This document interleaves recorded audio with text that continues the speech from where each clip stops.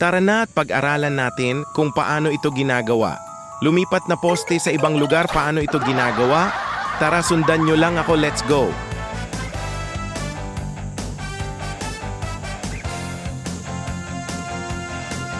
Open CapCut, click New Project, i-click ang video nating edit, then add.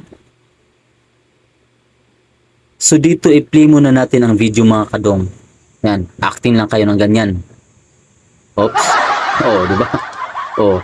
Para hindi masyadong halata, hawakan din natin. Patunay na totoo yung poste. Oo, di ba? So ngayon, alis tayo sa camera. So ganong content lang, ganun lang yung acting niyo. So dito mga kadong, i-click natin tong video na to. Then hanapin ang phrase. Pag nakita na, i-click natin ang phrase. Then, i-click natin siya. Ito naka-phrase. Then, hanapin ang overlay. I-click natin overlay. Then, ilong press natin. Dalhin sa unahan mga kadong. So, dito i-click natin itong naka-phrase mga kadong. Ito, i-click natin yan. Ngayon, hilain natin kung saan yung patumba si Dong Istosi. I-timing natin siya. So, ganyang posisyon, bitawan natin. Ngayon, hanapin natin ang duplicate mga kadong. Dahil itong naka-highlights, i-duplicate natin yan. So, hanapin natin. Yan, pag nakita na duplicate, i-click natin. So, dito, yan, dalawa na sila. Ngayon, i-click natin to. AI remove, hanapin natin. So, i-click natin siya mga kadong.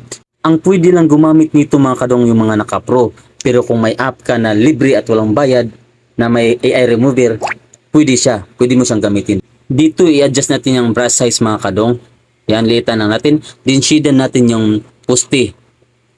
Yan, shadean nyo lang. So dito pag binatawan natin mga kadong, automatic yan magsishade lahat. So dito remove, i-click natin. So antayin natin mag 100%. So tingnan nyo, nawala yung poste, di ba? Ngayon, hanapin natin ang mask. Pag nakita na, i-click natin. Horizontal, i-click natin. Ngayon, ikutin natin ang dilaw na linya mga kadong. Yan. Usog natin, adjust nyo lang. So pag okay na, i-click natin tong check mga kadong. I-click natin. So nakita nyo yung pagkakaiba nila, 'di ba? May guhit. So ngayon i-click ulit natin ang mask. Ngayon adjust natin 'to, hilain nyo lang, then i-click ulit ang check. Wala na, 'di ba? Ngayon naman, slide tayo konti. Itong naka-duplicate niya mga kadong, ito i-click natin 'yan. Then hanapin natin ang remove BG. Then i-click natin. Custom removal, i-click natin. Din itong brush size, i-adjust natin sa 1. So ngayon, shadean natin yung poste. Yan. Pag okay na, i-click ang check. So yan. So dito, ilong press natin siya. Dalhin natin sa unahan mga kadong. I-timing lang natin. I-click natin siya para ma-highlights. Ngayon, hilain natin tong poste. Yan. Adjust nyo lang kung saan matutumba si Dong Istosi. So, dito natin ilagay. So, ngayon, i-play natin ang video mga kadong. Yun. Di ba? Tignan mo. Nangyari. Lumipat.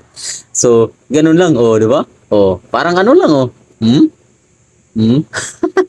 So, ganun lang kabilis mga kadong. Sana nasundan. Kung nakatulong man, please pa-like and share na lang. Maraming salamat. So, ano pang inantay nyo? Export nyo na.